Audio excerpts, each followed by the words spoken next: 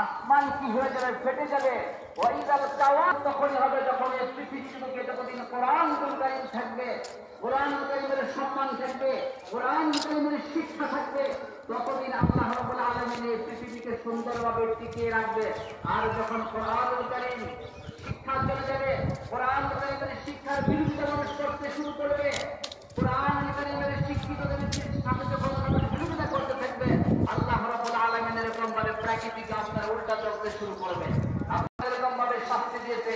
আবার যখন তারা তওবা করেছে, তওবা করে সঠিক পথের মধ্যে যখন আসে যায়, বান্দাকে সাময়িকভাবে শাস্তি যাদেরকে দিবে, এগুলি মানুষকে সারাটি লাল দাফন করেছি। সেটার জন্য বান্দা যিনি আলাইহিস সালাম কোরআনুল কারীমের মধ্যে যেই কথাগুলি বলা হচ্ছে, হাদিসের মধ্যে যেই কথাগুলি বলে যাচ্ছে, আল্লাহ রাব্বুল আলামিন শান্তিতে পরিণত করে দিবেন। কারণ